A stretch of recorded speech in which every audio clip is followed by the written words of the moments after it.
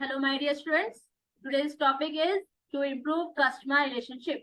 अब RSA profile में आप लोग हैं, रिटेल सेल्स एसोसिएट की प्रोफाइल में आप हैं या फिर किसी और अनदर प्रोफाइल में भी अगर आप लोग हैं, तो कस्टमर रिलेशनशिप मेंटेन करना, क्लाइंट रिलेशनशिप मेंटेन करना, उसे इम्प्रूव करना, इसके बारे में हम पढ़ेंगे।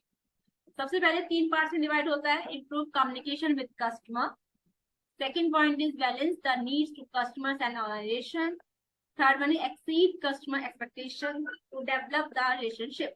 ओके, तो वन बाय वन पढ़ेंगे। First one is performance criteria के अकॉर्डिंग आपका जो रहेगा, improve communication with customers. First, select the use and best method to communicate to meet customers expectation। Customer जो आपसे एक्सपेक्ट हो रहा है, ये कर रहा है, उसके अकॉर्डिंग आपको बेस्ट मेथड को यूज करना है।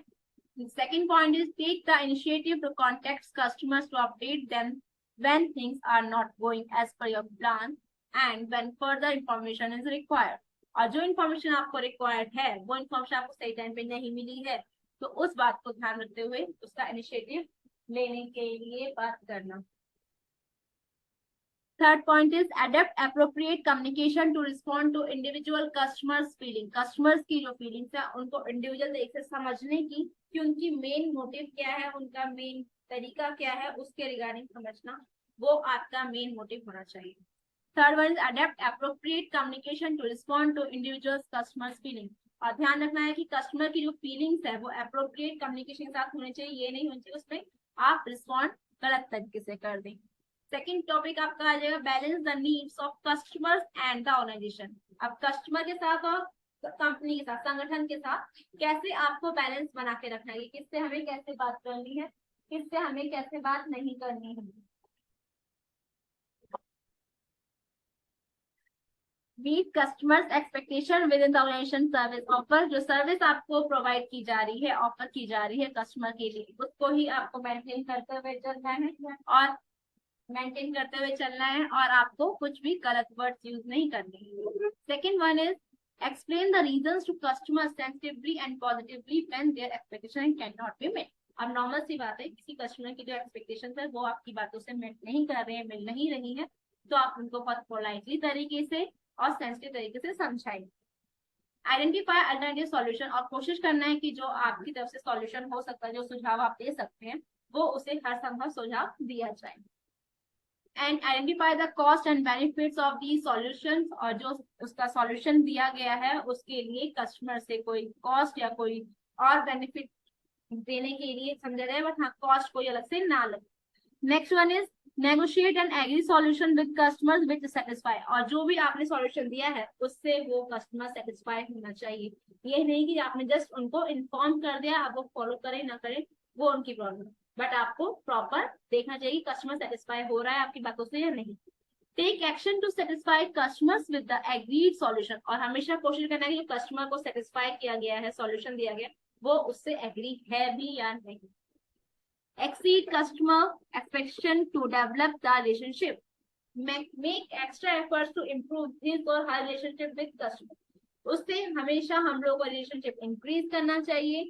Second one is recognise opportunities to exceed customers expectation. Customer की पहचान, कस्टमर को पहचानना चाहिए कि उसकी एक्सपेक्टेशंस क्या है, वो चाहता क्या है स्टोर से है, सामान से है, जो भी आप वो करना चाहता है, तो उसकी बातों को पहचान के उसका यूज क्या है, वो किस तरीके से उसे यूज करना चाहता है। तो उन सबको हम जैसे गेम्स की बात कर लेते हैं, अगर मोबाइल में आप लोग गेम खेलने के लिए यूज कर रहे हैं, तो आपको उस टाइप के टूल्स की आवश्यकता ज्यादा पड़ेगी, राइट, जिसमें गेम्स की हो। जो सिर्फ कैमरास के अकॉर्डिंग यूज करना चाहते हैं, तो उसका पिक्चर क्वालिटी कैमरा अच्छा होना चाहिए, तो उसका जब यूज पहचान लेंगे आप, तो आपको सजेस्ट करने में बहुत अच्छा और आसानी रहेगी।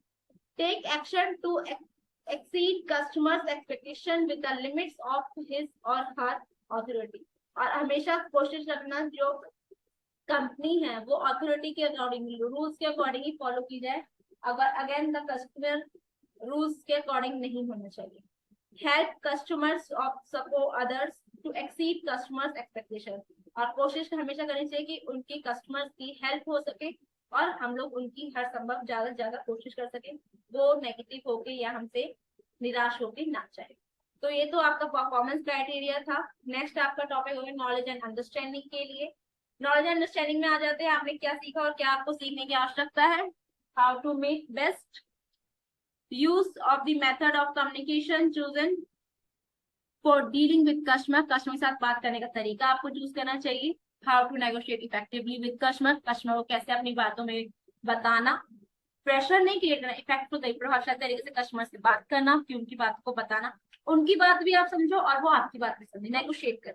How to assess the cost and benefits to customers and the organisation of any unusual agreement में, और ऐसा कोई भी अलग से कॉस्ट या कुछ ऐसा मत ले आना एग्रीमेंट जो आपकी कंपनी का ना हो या अनयूजुअल हो।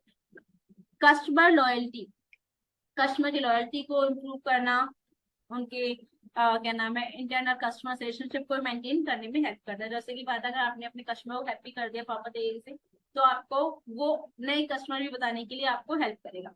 बट आपने अगर उनको हेल्प नहीं किया, बताया सही तरीके से हेल्प नहीं किया, तो वो आपको न्यू कस्टमर बताने के लिए भी हेजिटेट होगा। तो ये तो आपका था नॉलेज अंडरस्टैंडिंग। राइटिंग स्किल्स में आप सभी को पता है इस चैप्टर के अकॉर्डिंग डॉक्यूमेंटेशन एक्यूरेट होना चाहिए, राइट सिंपल रिपोर्ट्स होना चाहिए, और आपके रिपोर्ट्स के साथ साथ आपका इंडिविजुअल यूज भी इसमें होना चाहिए। जैसे कि मैं इसमें पढ़ के बता देती हूँ आपको क्या क्या था।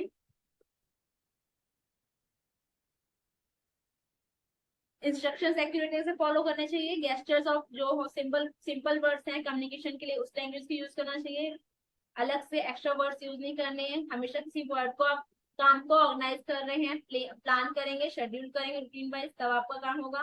कस्टमर के साथ सेंट्रिसिटी रखें, कस्टमर से आप जो रिलेशनशिप बिल्डअप कर रहे हैं बहुत ही पोलाइट और क्लियर होना चाहिए, ट्रांसपेरेंट होना चाहिए with internal and external customer दोनों के साथ ही।